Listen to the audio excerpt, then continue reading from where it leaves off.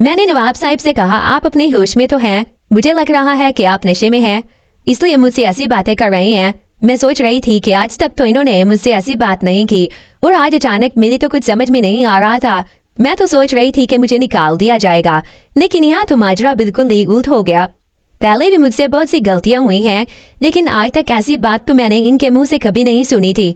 मैंने नवाब साहब से कहा कि आप जाकर सो जाएं, सुबह जब आपका नशा उतर जाएगा तो फिर मुझसे बात करिएगा, क्योंकि मुझे तो यही लग रहा था कि वो नशे में है।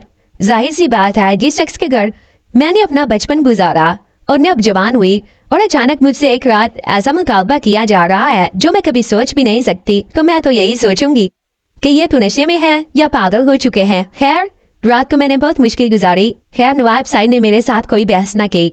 जब मैंने इन्हें जाने के लिए कहा तो वो फौरन मेरी बात मानकर चले गए। हालांकि मैं तो उनके घर की मुलाजिम हूँ। जब वो चले गए तो रुखसाना अंदर आ गई। रुखसाना ने मुझे पूछा कि आसिया, नवाब साहब ने तुम्हें क्या कहा? तुमने इनसे माफी मांग ली? और इनका आगे से क्या जवाब था? जब मैंने रुखसाना को सब मामला बताया तो वो भी बहुत परेशान हुई। पहले तो रुखसाना ने मुझे कहा कि तुम झूठ बोल रही हो, ऐसा हो ही नहीं सकता। मैं भी यहाँ 3 साल से काम कर रही हूँ। आज तक मेरे साथ तो नवाब साहब ने कोई ऐसी बात नहीं की और ना ही मुझे ऐसी नजरों से देखा। मैंने रुखसाना से कहा, मुझे तुमसे झूठ बोलने की क्या जरूरत है? मुझे क्या मिलेगा झूठ बोलकर? जो बात हुई है मैंने तुम्हें वही बता दी है और यही सच है। खैर, रुखसाना को यकीन नहीं आया। मैंने भी रुखसाना से कहा, यकीन तो मुझे भी नहीं आ रहा, अब सुबह इस मामले के बारे में पता चलेगा। सुबह हुई तो मैंने रुखसाना के साथ नाश्ता बनाया। नवाब साहब का मूड बहुत अच्छा लग रहा था। खाने के दौरान इन्होंने बेगम से काफी हंसी मजाक भी किया। मुझे लगा कि जो मैंने सोचा था वो वाकई सच है। ये रात को नशे में ही थे, लेकिन किस्मत को कुछ और ही मंजूर था। दोपहर में रुखसाना और मैं घर की सफाई करने में मसरूफ थे कि अचानक रोशना बेगम ने मुझे बुलाया। आसिया, मेरे कमरे में आओ, तुमसे एक जरूरी बात करनी है। मैं इनके कमरे में गई तो बेगम साहिबा ने मुझे बैठने का हुक्म दिया और मुझे पानी पिलाया और मुझसे कहने लगी, तुम अपना ख्याल रखा करो, देखो तो सही कितनी कमजोर हो गई हो। मैंने सोचा आज अचानक इनको मुझ पर इतना प्यार क्यों आ रहा है। आज से पहले तो कभी ऐसा नहीं बोला। मेरी इनसे दोस्ती तो थी, लेकिन ऐसी दोस्ती नहीं थी कि जिस अंदाज में मुझसे बात कर रही थी ऐसा लग रहा था कि वो मेरी पता नहीं कितनी पुरानी दोस्त हैं। खैर, मुझे तुमसे नवाब साहब के बारे में बात करनी है। जैसे ही उन्होंने ये जुमला बोला तो मैं फिर परेशान, आखिर ये मामला क्या है? मुझे लगा बेगम साहिबा मुझसे नवाब साहब के उस रवैये के बारे में माफी मांगेंगी और मुझे बताएंगी कि वो रात में नशे में थे, लेकिन सब कुछ उल्टा हो गया। बेगम साहिबा ने भी वही बात कही जो नवाब साहब ने मुझसे बोला था। देखो आसिया, तुम्हें पता है नवाब साहब को बेटी की कितनी चाहत है, लेकिन मैं वो पूरी नहीं कर सकती। मैं खुद ही इलाज करवा कर थक चुकी हूँ। नवाब साहब भी हिम्मत हार चुके हैं, इसलिए मैं भी यही चाहती हूँ कि तुम हमें।